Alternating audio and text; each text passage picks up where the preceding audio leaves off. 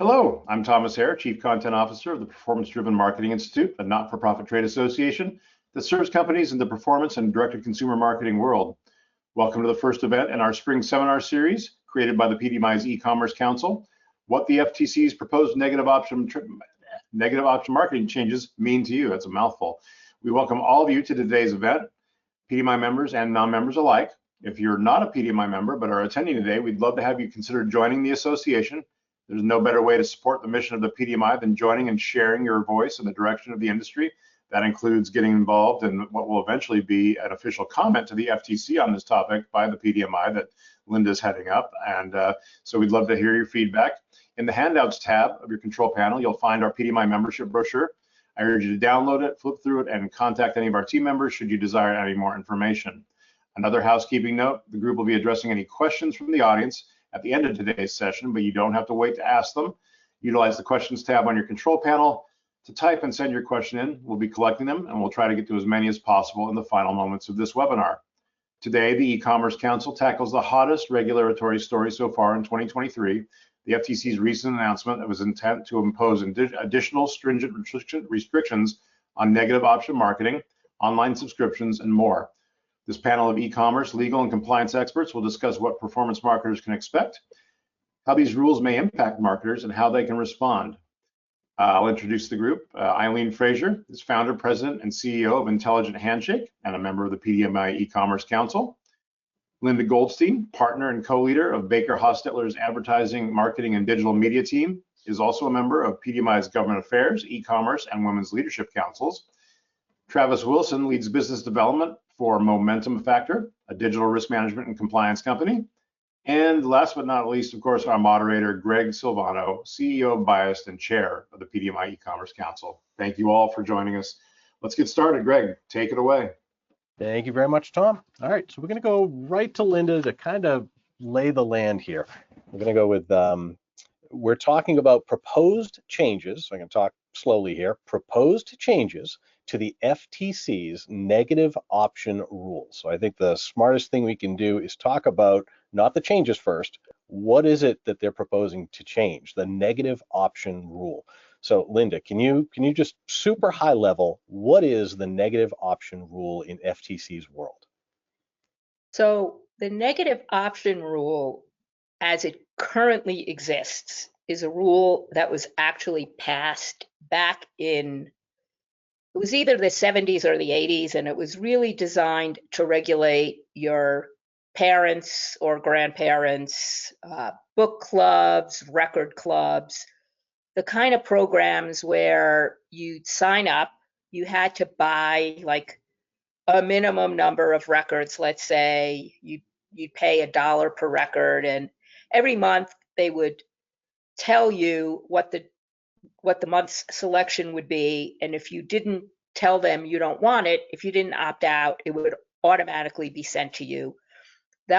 Those programs were called pre-notification negative option. They were a very specific type of negative option, and that's what this rule up until today has applied to. The second piece that many of you may be familiar with that talks about negative option is ROSCA. ROSCA is the Restored Online Shoppers Confidence Act. That was actually passed back in 2009. And that it's relevant because ROSCA began to expand the term negative option into what the FTC thinks it is today. So ROSCA covers just about any kind of recurring payment plan, whether it's continuity, a free trial that automatically converts to a paid subscription, an automatic renewal, a continuous service, your Netflix, your HBOs, it could be your phone services, subscription boxes. All of those were covered under ROSCA, but ROSCA only covered those transactions or those sales if they happened online. Interesting. Okay. All right. What the FTC is now doing is it's using this old rule to basically set forth new standards, some of which come from ROSCA, but many of which go well beyond ROSCA, to now regulate all forms of negative option. And they make a specific point at the beginning of the rule, proposed rule, to say, we interpret negative option very, very broadly. It is any program where there is a charge on a recurring basis where a consumer does not consent before each charge. So again, it's free trial, it's continuity, it's auto renewal, continuous service, any kind of a subscription program. Those are now, will all be covered under this new rule. Even B2B. So not Even, just B2C, it's our B2C, it's B2B as well. So if you have, I mean, in theory, a GoDaddy domain that's renewing every year, that now falls into this. correct. So it's funny, you and I have known each other for 10 years. I was thinking about this before the call. We've known each other for 10 years. We cross paths at the same 2 or 3 conferences every single year in those 10 years. And yet it wasn't until March of this year at PDMI East in Miami that we had our first sit down meeting, I think. And it was because you said, Greg, we have to meet. There's something big happening at the FTC and you need to be prepared. It affects everybody. And you were genuinely worried about that. Is that a safe assumption? It's actually, as we get into the details, as I know we will, it's really terrifying, and I think it's going to be a game changer in terms of what the customer experience is going to have to look like, and it's going to significantly elevate the risk profile for any of these programs. Okay, so we now understand what the negative option rule is from 1973. I looked it up while you were talking. So it's a 1973 rule. There's also ROSCA, which is what most people probably in PDMI know, right? They understand that. Help me understand, if I have a checkbox today, last year, saying, yes, I understand this is an auto ship program, did that come about because of ROSCA or because of negative option? Like when the FTC kind of came down on people who weren't making it clear that it was an auto ship or a continuity program, was that probably all under the ROSCA side of things? So it really came about as a result of ROSCA, and even though ROSCA technically only applied to online, most companies, just as a best practice, decided we should probably do the same thing in other channels. The other motivator for changes in the non-e-commerce channels were states like New York and California that also began to pass laws that in some cases were even more restrictive than ROSCA. So I would say it was the combination of ROSCA, the state laws, which we may not even get into today, but one of the areas of concern is that right now there's no preemption. So to the extent the FTC is imposing different requirements than the states, marketers are going to have the burden of complying with all of these. Okay. All right. So, and let me just explain too with Eileen and Travis. So the idea of this webinar is that Linda is clearly the subject matter expert here. A lot of the content's going to be coming from her. Eileen and Travis they're marketers. They're on the business, the affected end of this. So they're going to be chiming in whenever they want on, or maybe when poked and prodded, on how either, how impacted they would be or their clients would be based on some of these changes, and even if they're doable without a big fundamental change in how we're doing business. So that's to kind of understand the format here. So let's start getting into some details. Okay. I have in front of me the fact sheet for the proposed changes to the FTC's negative option rule. And when I read it, it sounds nice. Like it sounds real, like they're doing this for good reasons. And I'll read the top part of it here.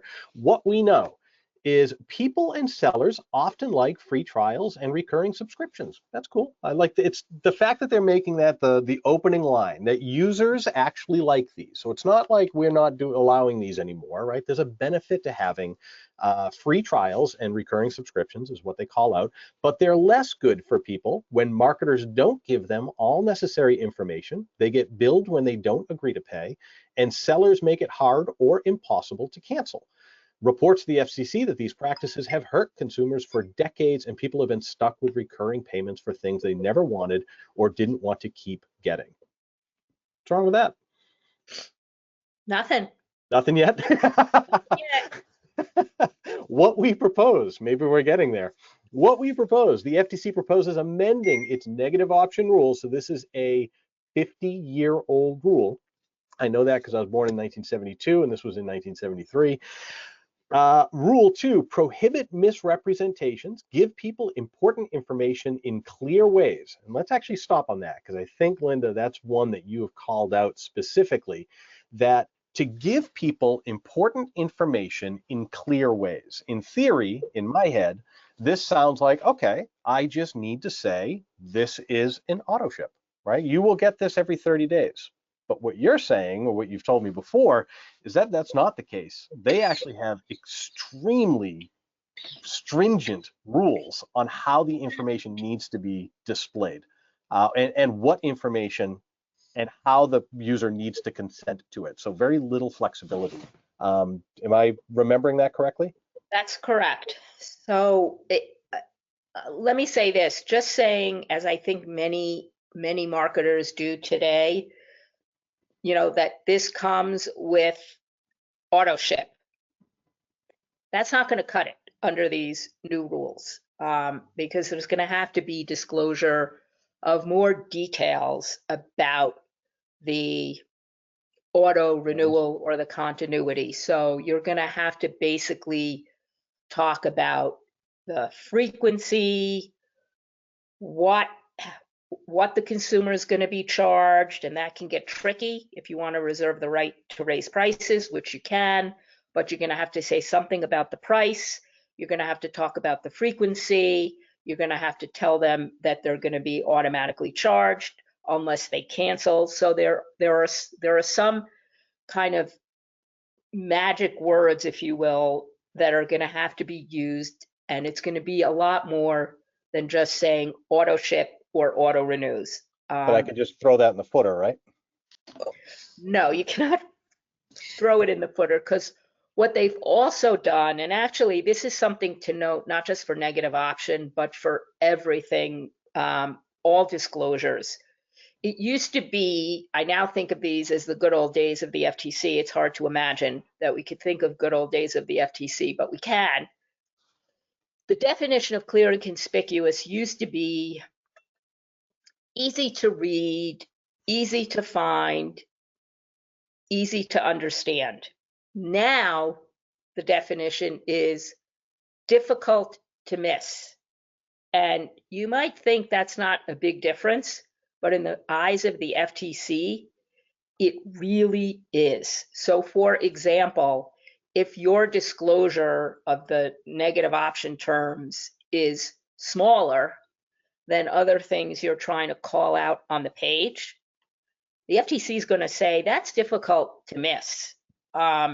It's more difficult to miss than, you know, the free shipping that you called out in 20-point type. So their requirement for what is a clear and conspicuous disclosure is much more stringent than it used to be. The second thing is that when I do want to stress, you don't have to give all the details at every point of the consumer journey. In other words, if it's on the web, and you know, it doesn't have to be on every screen or every page, but it has to happen before the consumer provides their billing information. Mm-hmm. And what the FTC has said here is not only does it have to be before the consumer provides their billing information, it also has to be immediately adjacent to where they're going to consent and accept the offer. So when you put all of that together, you have a very rigid scheme that really cabins how you can do this, certainly at the point where the consumer is about to make their decision. Eileen, I think do you still have a point? Yeah, thank you, Gregory and Linda, so much. I have I'd like to make a distinction between a negative option and what I would call a positive option. And in my vernacular with a positive option, it is always full disclosure of all the terms, all the details of the installments, all the details of the frequency of shipment, the way to cancel, very clearly defined on the order page above what we call the opt-in box, or with the opt-in box. So the consumer must actually take positive action to say yes prior to placing the order. So in that sense, every piece of information regarding reoccurring billing and auto ship is fully disclosed. Mm-hmm. That's what I call a positive option. And I have had these offers reviewed by merchant banks. Everybody's cleared them. It's not a free to pay. It's nothing fancy. It's a straight charge from the beginning, same charge all the way through. Everything's very clearly laid out. And I call that a positive option because I've taken positive action to say yes. Now help me understand how this rule then now changes that. So it's in layman's terms, or in the way you're describing it, you may consider it a positive option, but in terms of the FTC, it's not about whether the consumer has consented or not. It's about how the consumer is being charged.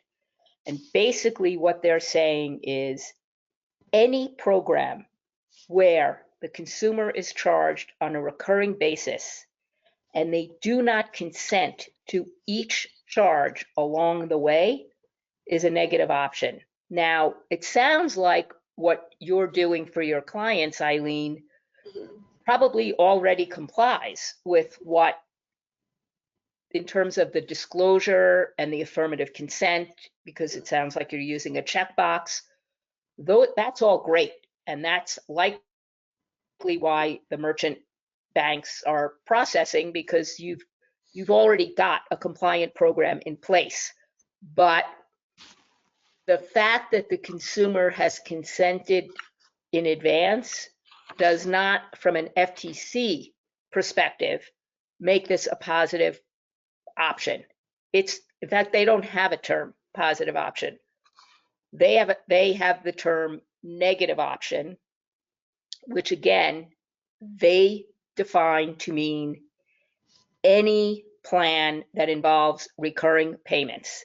And what they're requiring in part is what you're already doing.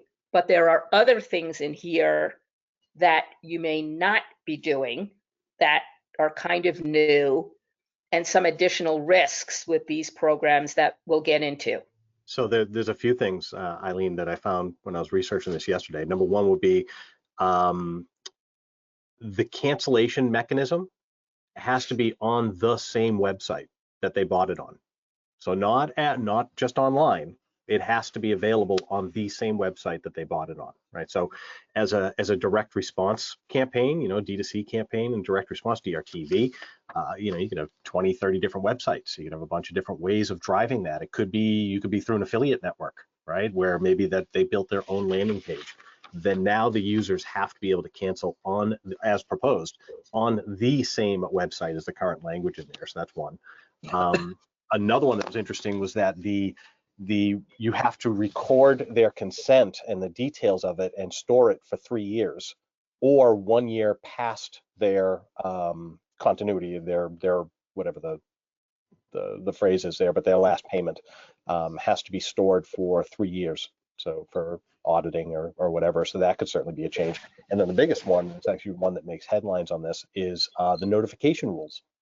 So you now have to notify, and I know they vary. I don't know, Linda, how much you know the details of this, but that you have to notify the customer at least annually of their plan and what they're being charged for. And I think there are some exemptions if it's a physical product versus a digital service or something like that.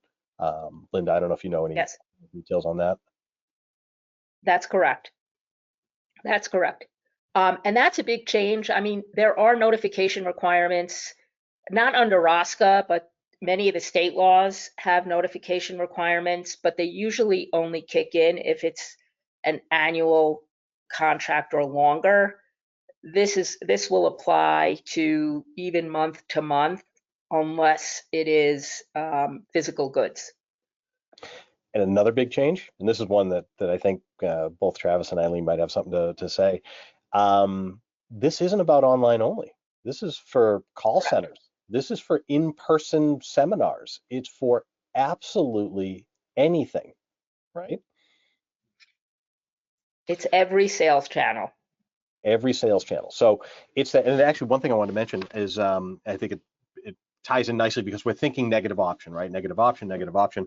One of the other changes is the FTC is proposing to rename the rule from negative option rule to rule, quote, rule concerning recurring subscriptions and other negative option plans. It just flows off the tongue. But the rule concerning recurring subscriptions, there you go, and other negative option plans. So it's expanding the scope of what is under this microscope. Right, Linda? Yep.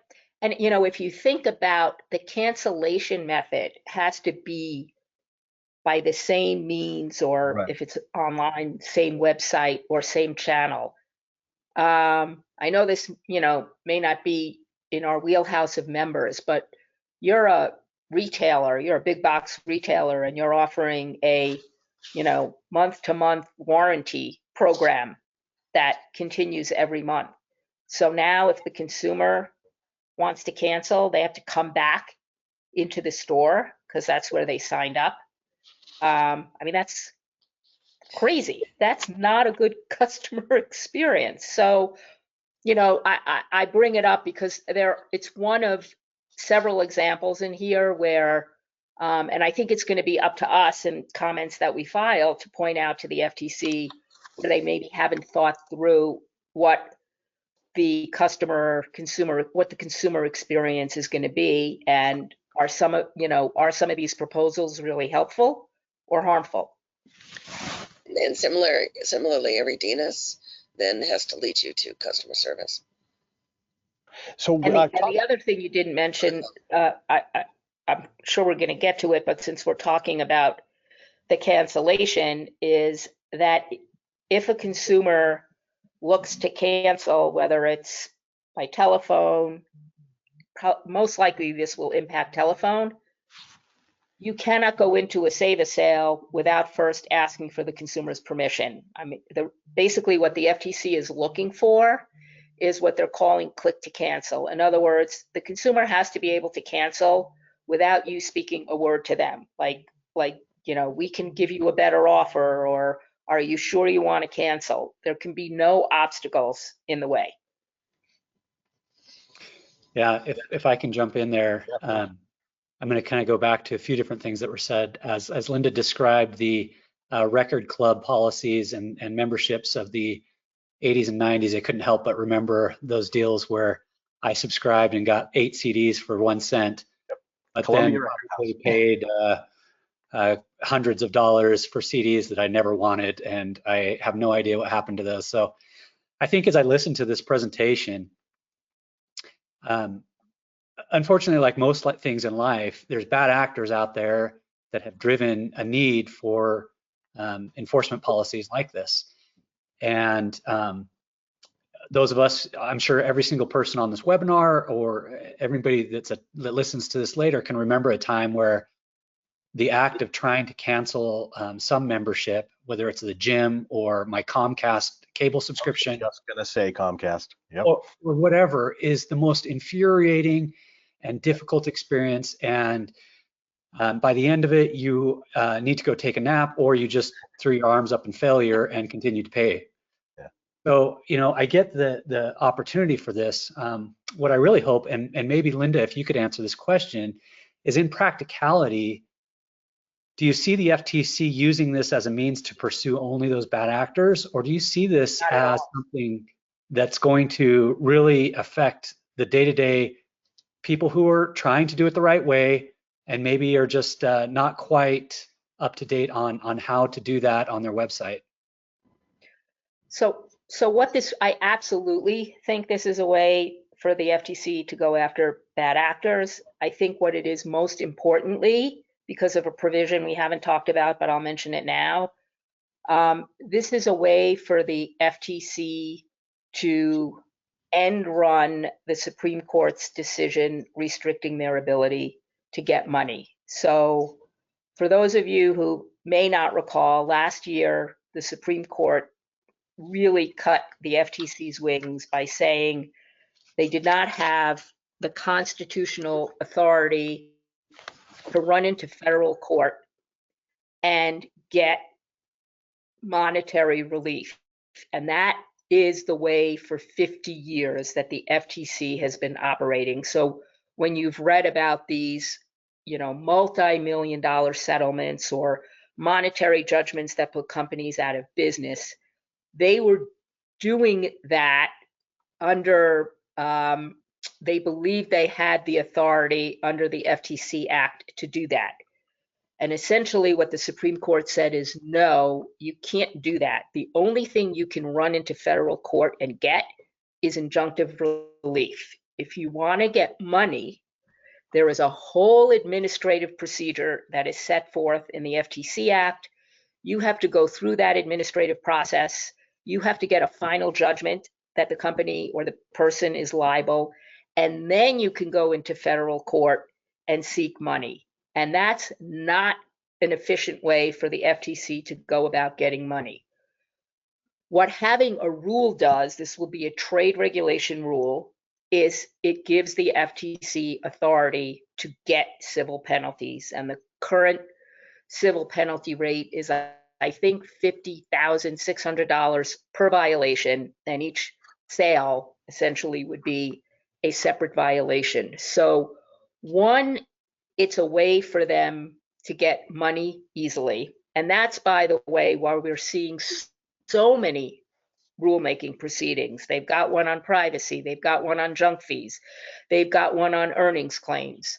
This is all to basically circumvent that Supreme Court decision. The second thing in this rule that goes in tandem with that, and to me is the real alarm bell, is that under ROSCA, as it was written, you could be held liable under ROSCA, which also has civil penalties, if you misrepresented the terms of the recurring charge or subscription transaction. The FTC brought a case last year against a company called MoviePass, which had a subscription where you could get movie tickets. And actually, the FTC had no issue with how that subscription was being sold. But they felt that the company was making promises about the usability of the tickets that was untrue.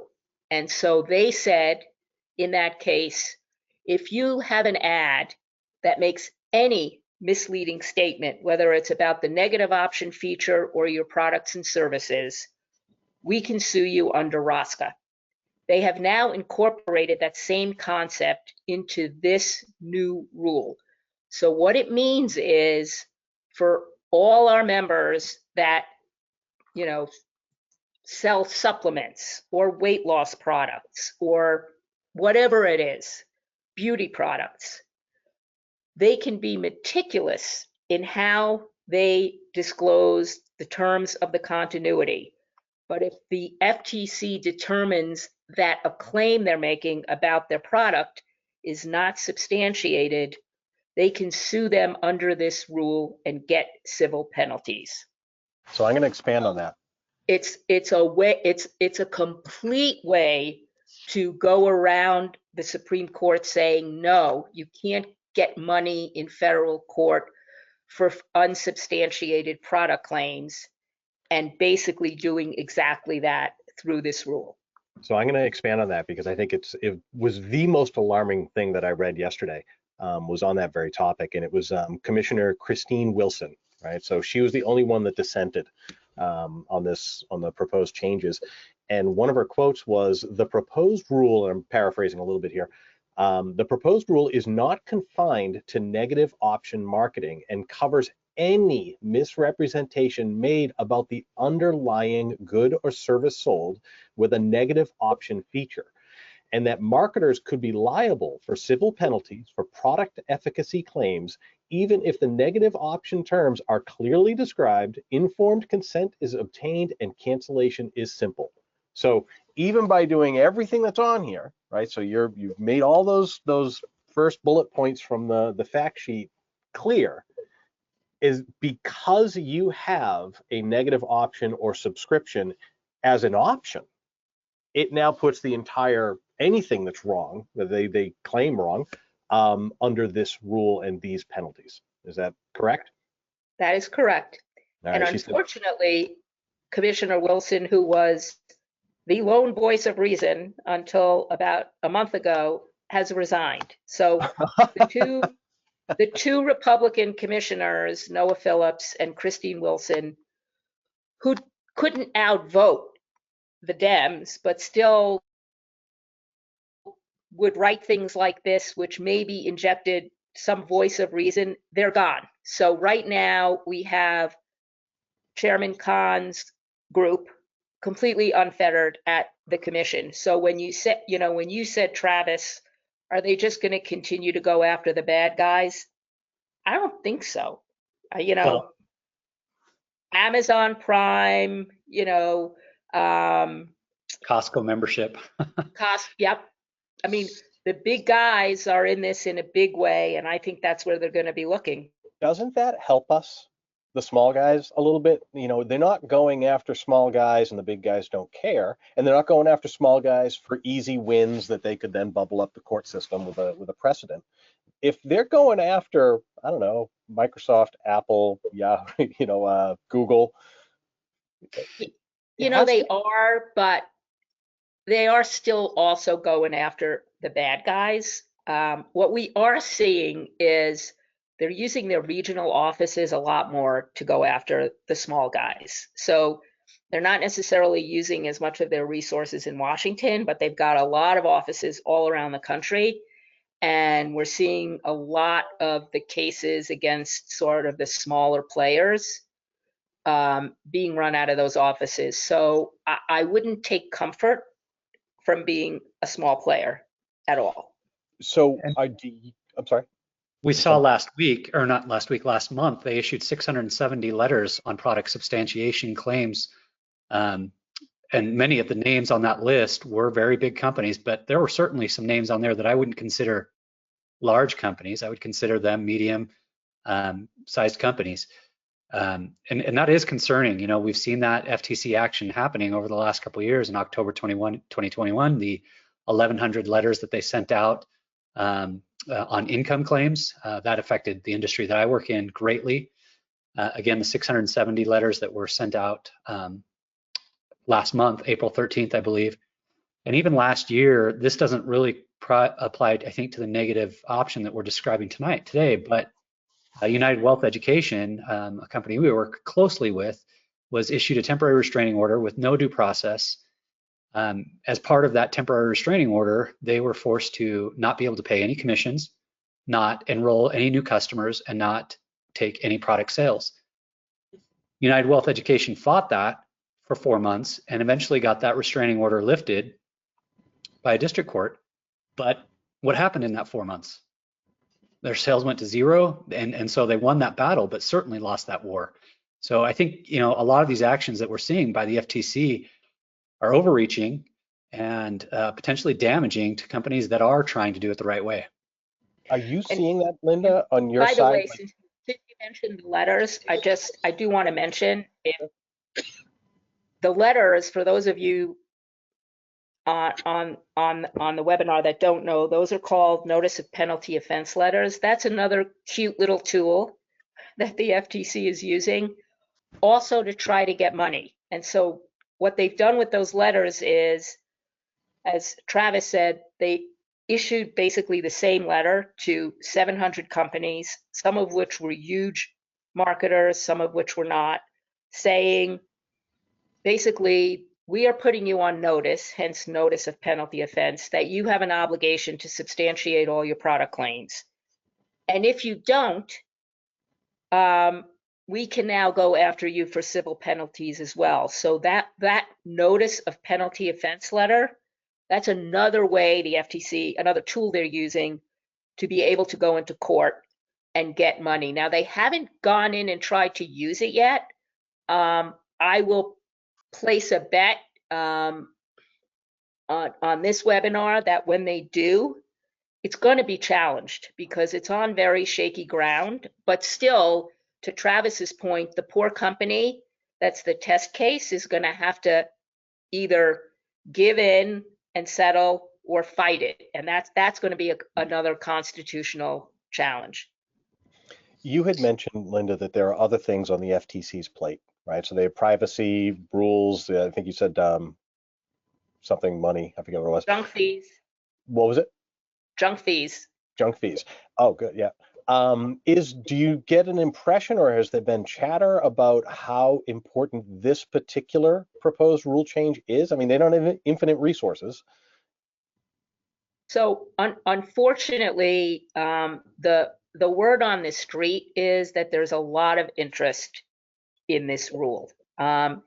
Even the timeline from actually when we got the first advance notice to now, that's pretty quick in FTC world. So our sense is this is on a relatively fast track. There's a lot of interest in it.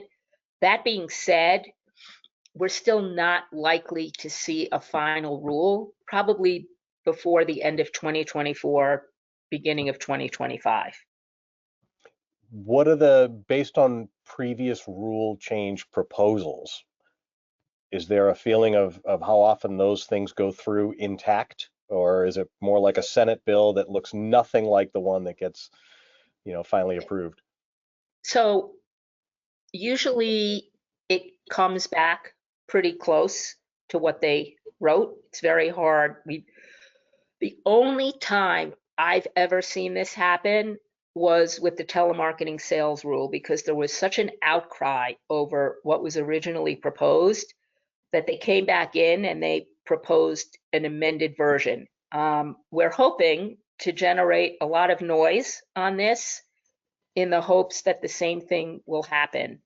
And we also think it's very possible that there will be some challenges to this rulemaking. There often are. I don't want to get into the details of the whole rulemaking process, but there are some arguments here that the FTC, by taking a rule that was really intended for something completely different, that they may have exceeded their constitutional authority, and there are folks now already looking at potential challenges to the rule. But even if it's challenged, to Travis's point, they could go after a company and drag them around for 4 months and potentially put them out of business, right? Even while it's being challenged. Well, if it's challenged, it will be stayed pending the challenge. Oh, okay. So that's one piece of good news. Okay. You talked a little bit about state laws. So does even just the proposal of this and the fact that they have put this out, do you think that's going to guide some states to maybe enact some of these, whether or not this goes through, or even if this does go through, what happens to states like Vermont and California who have their own? How's that normally work? I think to the extent that those states' laws are more restrictive, I think they're going to say there's nothing in what the FTC is proposing that would preclude you from complying with what our statute says. You're just going to have to do all of them now. So it's just another burden. Becomes unmanageable. Linda, I'm having a little trouble imagining compliance. So let's say you've got your gym club and you've got your supplements and you have your, whatever auto ships you're involved with. Now, I'm assuming a ship notification from the prior shipment wouldn't suffice as to say, hey, we're going to ship you again, right? I'm trying to imagine if we tried to comply, what does it look like? A consumer is going to have every month, presumably, messages coming from GoDaddy to, their cable subscription, to their exercise club, to their supplement. They're going to be inundated with please approve. I'm having trouble with that. Can you spell that out? Yeah, well, they're not going to have to, the rule does not require notification before each shipment. Okay. It requires for non-tangible goods a notification once a year. It's not all that dissimilar from what MasterCard put in place, where they make a distinction between hard goods and digital. It's kind of along the same lines. You're right that they're going to get these multiple notices, but it'll be like once a year. Okay. Do you ever notice that customers get, or customers, you'll have things like the cookie consent form on browsers that pop up on every single browser now, and you just kind of auto click it because it happens all the time. And I remember seeing, I'm in Massachusetts, and I want to say it was California or maybe in Europe, but there's a label that goes on so many products, and it's almost like a nutrition label, but it shows dangers of something, or it could have certain ingredients or certain materials that might cause cancer. Maybe it's a California. 65. That's what it is. Yes, that's exactly what it is. And marketers and product, designers would put it on everything, literally everything, to desensitize people so that they never looked at it at all because it was on everything. And when it's on everything, it doesn't mean anything. Right. There's a risk that this turns into one of those. Yep. Yeah. What am I not asking? So we're heading up towards the end of this. What have I not asked that's an obvious people should know? One question I have. What should everybody be doing now? Maybe. That's coming. Well, hold on. I'm gonna go to Travis. Hold on one sec. Travis, what do you got? One question I think it would be great, Linda, if you could answer, if you haven't answered it. Not that I want to wade into the firestorm of politics, but as we're coming up on an election year and a potential change in administration, how would that affect this rulemaking, this proposed rulemaking, if there was a change in administration, or if it was a continuing education administration? Does that mean a potential change in chairperson, or are we seeing Lena Khan for 4 more years? No, if there's a change in administration, then Lena Khan will no longer be the chair. She could stay on as one of the commissioners, but there would definitely be a new chair. And we don't know. Hopefully, before that, Biden will appoint 2 new commissioners. They have to be Republican, but hopefully he'll fill those vacancies, although he may not. But it would be, historically, there were not a lot of changes in policy and initiatives when administrations changed, but that, since Chair Khan came in, it's been a sea change. And so I think we would see that again. Whether they would put this rulemaking on hold, hard to say. There are also some, this is not me, this is just kind of inside the Beltway pundits that think they might actually try to push this through to get it out before there's a change in administration. Interesting. Okay, so Linda, what should people do to prepare for this now? I think, I'm not suggesting that people change everything, because again, this rule is not yet in effect. So some of the things I think are more draconian than others, but I think people should read what's in here and understand that even though this isn't currently the law, it's how the FTC believes these programs should be run. And so at least try to make sure you're acting within the spirit of what's here, because we've seen the FTC take these positions in enforcement, honestly, for the last 5 years, even preceding Chair Khan. So it is important to look at it and at least feel like you're operating within the spirit.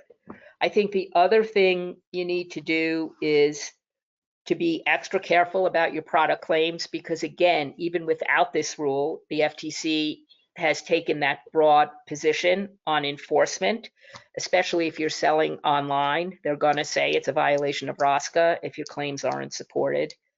And the last one, I'm going to make a plug for PDMI, and that is we are going to be submitting comments, and we need to hear from folks on the business side.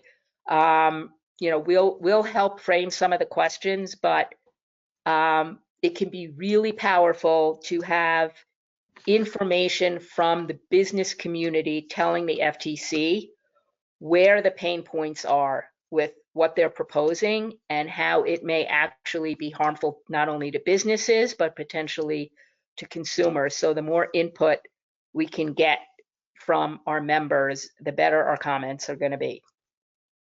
Perfect. Tom, I think we're ready for some questions. All right. We do have a few, and I think this first one was touched on, but I want to get it back out there just for full confirmation. Would this apply to things like mobile phone payments now that many telecom companies offer contract-free service? I think that was called out actually in. Yeah, I think it was, but I want to make sure that we do cover it for the questioner. So it No, would. Ironically, the contract might have gotten you out of this, because then it would be a fixed contract. It wouldn't be a negative option. Right. I'm going to keep reading. I'm pretty sure I read something on that, Tom. I'm going to keep reading while you go to the next question. If I can find it, we'll go back to it. Yeah. When does the comment period come to a close, Linda? It's June 23rd. All right, so we have 6 or 7 weeks here, basically, Yes. to pull it together. There was a comment earlier about how this would be hard for consumers. These rules actually make it hard for consumers. What is there an argument to be made from a business perspective on behalf of consumers, and if so, what is it? I think the way we frame it from a business perspective is you know, that it's not a positive customer experience. I mean, I think when the business is making that argument, that's usually the way we would frame it. You know, it's disruptive, or you know, it's not going to be a positive experience for the consumer. I mean, we always make that argument. It's not one that's really going to move the needle that much with the FTC, but we'll make it. Yeah. And then here's one. I think folks wanted to hear from both Travis and Eileen a little bit here on this. What, you know, all this discussion, and I'll let you go first, Travis. From your perspective and in your business, what are the biggest concerns that you have for your customer/client base? I think the biggest, so all of our clients are companies who have exclusively, you know, affiliate and distributor type relationships to do those sales. So I think the biggest concerns I would have is, are you adequately preparing your affiliates and your distributed workforce to be able to put in place the guardrails needed to comply with this system? Certainly coming to the website where ultimately the transaction happens is great, but if the people bringing them to that website are not adequately disclosing and bringing enough information, I could see that being really problematic. Makes sense. How about you, Eileen? Well, for me, you know, it reminds me of when we lost the free-to-pay offer with the MasterCard rules. And that became such a burden on everybody because of a few bad players. It's very, very disheartening to the good marketers out there to be handcuffed. It's hard enough now to make the metrics work. This is only going to make it harder. And I'm very concerned because it is a $50,000 per event charge is not minor, right? So you cannot afford not to be compliant, but to be compliant, you must also lose your business. So, you know, for some businesses out there that are negative option, this is going to be really hard. I have my clients on positive option, what I call positive option, which I know describe as negative, but even with that, that's not enough safety. So I'm very concerned about the marketplace, because without the ability to have reoccurring payments, you cannot survive on a one-time transaction these days. The cost of media on a one-time transaction is very difficult. So the one thing that the marketplace had going for us is we had the ability to have reoccurring transactions. Now, this is putting a real damper on that, because the ability to get a yes, even in a positive option, you have to work pretty hard to get it, right? Now to get a yes, and now you have to reconfirm and whatever other hoops we have to go through. I'm very concerned for the business as a whole. This is not a small thing. No, and it's funny, not funny. It's ironic that I think our very last webinar was about lifetime value of customers, and how the direction of the industry really has been moving away from here's a 1999 meatloaf pan to here's a brand with recurring revenue and recurring products. I'm going to call out what I think personally is the insidious, scary part of this, is that if you reread the fact sheet, right, it's about marketers don't give necessary information, you get billed when you don't agree to pay, and sellers make it harder or impossible to cancel. Wonderful. What really happened? They reintroduced massive penalties, which they have not been able to do since the Supreme Court ruling. Okay, so that's a big headline. Oh, by the way, here are some massive penalties for negative option. No, for anything, as long as you have negative option as a feature, right? It could be any problem that they have with the claims of the product, any of it. It doesn't matter. Now they have reintroduced massive fines. Absolutely. Pick up on that, Gregory. You have a $19.95 product and a potential $50,000 violation fee. Right. I can't even imagine this. Right. You just put that in the Excel doc and forecast it. Good. Yeah. So, Linda, how do we fight this? How do we? We will put our comments in. We will, try to organize as an industry, and try to do what we can. Mm-hmm. Yeah. Tom, before you ask the next question, there's one thing I forgot to ask Linda.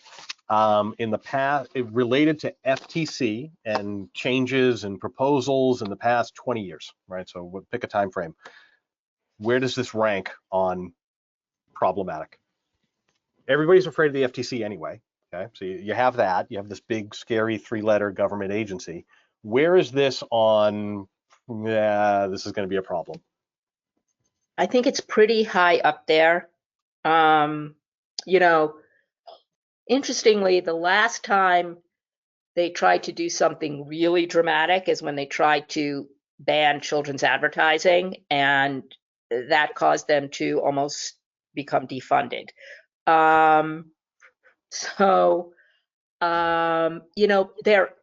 There hasn't been this kind of rulemaking, to be honest, in like the last 10 years, because it's a pretty cumbersome process. And that's why I want to stress, the only reason this is happening is so they can get penalties. For example, they passed the Made in USA rule. So now that's got civil penalties. I think they're going to go forward with the privacy for sure. But we haven't seen this level of rulemaking in years. So we need to find a way to identify how this impacts politicians so that we can get them to be active in it. Maybe recurring donations. Yeah.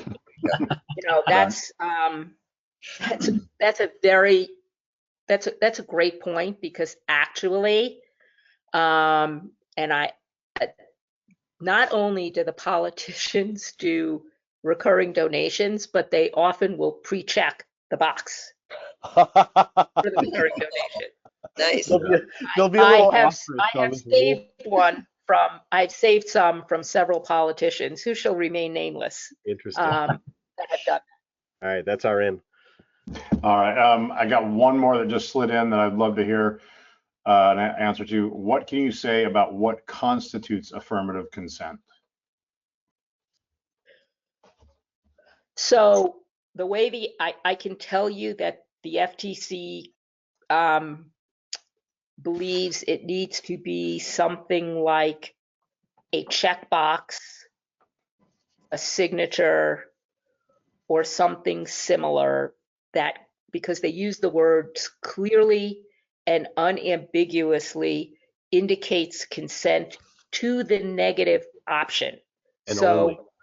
And only the negative option. So just saying, yes, place my order on a button isn't going to do it, because they're going to say that just means they wanted the product. It doesn't mean they consented. So the gold star would be you check a box, and you put the terms there by checking the box. I agree to be charged monthly at blah, blah, blah, unless I cancel. There may be some other creative ways to get to the same place, but it's definitely going to be something that is separate from just a general consent to buy the product. It's going to have to be specific to the negative option. And they've made that very clear. No, that's great. Thanks, Linda, and thank you to all of you for taking time out to be here and take part in this conversation. It's going to be an ongoing one, as it's been brought up. June 23rd is the comment deadline. The PDMI, with the guidance of our Government Affairs Council, and particularly Linda, will be shepherding through a comment on behalf of the PDMI. If you'd like to get involved in that, if you have viewpoints to share, questions to ask, reach out directly to me via email at THAIRE@definitivemediagroup.com, or just go to thepdmi.com and find me, and I will get you to Linda and the Government Affairs Council and get your thoughts over there. Thank you to the E-Commerce Council, Greg, for bringing us today's event. If you are a PDMI member and want to get involved in the council, you can reach out to me and share your interest. Your next opportunity to attend a PDMI event live online is tomorrow, the next edition of Take 20, our bi-monthly webinar series created by the Brand Response Council. At 2 o'clock Eastern, 11 a.m. Pacific, a group of experts and leaders in sports marketing will share the latest on what's working in the performance marketing space. You can register by visiting thepdmi.com/take-20, and online registration, of course, is open for PDMI West, our next in-person event on October 9th through 11th. There's not a special early bird registration rate, $100 off the regular online presale price of each badge through the end of this month, May 31st, and badge holders also get first opportunity to book into the hotel Intercontinental San Diego at our discounted price. So please visit thepdmi.com/PDMI-West for more information and to grab your badge today. Thank you all again for being here. Take care, be well. We'll see you soon. Bye-bye. Thanks.